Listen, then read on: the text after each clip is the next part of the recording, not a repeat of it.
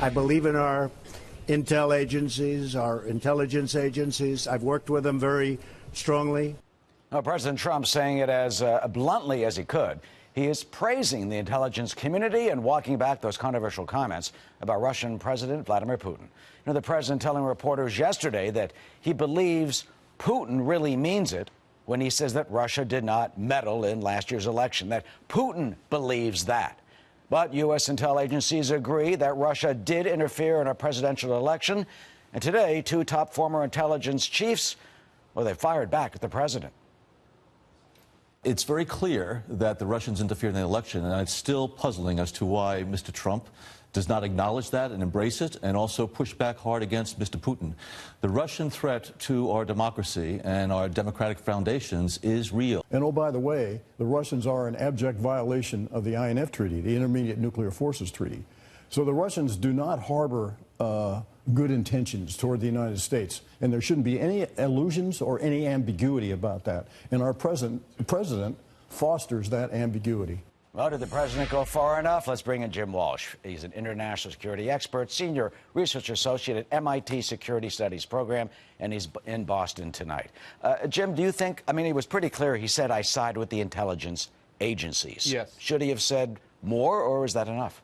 I think that's enough. I mean, I think the main thing here, Eric, is I wish he would just stop talking about it, because it's come up every once in a while. He sort of, you know, freelances and says something, and then he gets himself in trouble. It's an argument he can't win. He can't say he believes an ex-KGB official more than he believes his own intel agency. So he should, I think this is a sign of learning. I welcome it. And so I think it's enough. But, you know, I have some feelings about the criticism, too. I'm not entirely comfortable with that. Well, you talk about the criticism. John Brennan says, quote, he's being played, saying that about the president of the United States. A Clapper saying he's given Putin a pass. And then you've got the president, you know, tweeting back saying they're just a bunch of political hacks. Right. And this sort of encapsulates my concern, Eric. And this is a little complex, but it's important enough that it's worth hanging in there.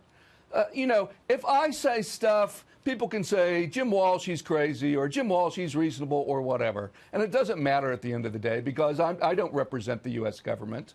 But in our republic, since its founding, there's been a sensitivity about the line between civilian and national security and how that mixes. And there's good reason for that. There are lots of bad stories in other countries about militaries or intelligence agencies having undue influence on a government. And so Americans have worked very hard to keep that space appropriate. And so the intelligence community, for example, they do operations, they do analysis, but they don't do policy recommendations. That's a big red line for them. And so I think these guys, they're Americans, they're entitled to voice their opinion.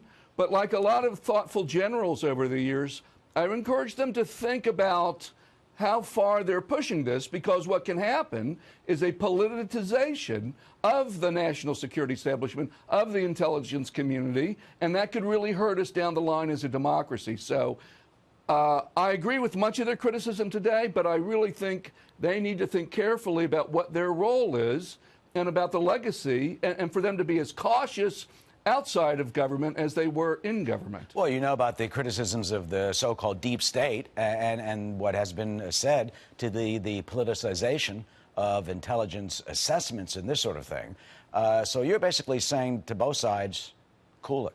Yeah, exactly. I think the deep state thing is way overrepresented, but that's what, but that articulates, that fear articulates what's in play and why you want to be prudent when it comes to the balance of civilians and their job and the national security community and their job. And so I can say crazy stuff on TV, and that's perfectly fine, because people aren't going to associate that with the fact that, you know, which I haven't ever worked for an intelligence agency. I think that's a really precious commodity that everyone ought to try to preserve and not see this get politicized. Yeah, and finally, I mean, does the president have a point when he sits there with, and he said, you know, how many times they're going to argue with him? I mean, how, you know, yes, no, yes, no, yes, no, yes, no. What do you do? Does the president look at broader global security issues like Syria, the starvation by Assad of his own people, like Iran, North Korea, and the threats that we face?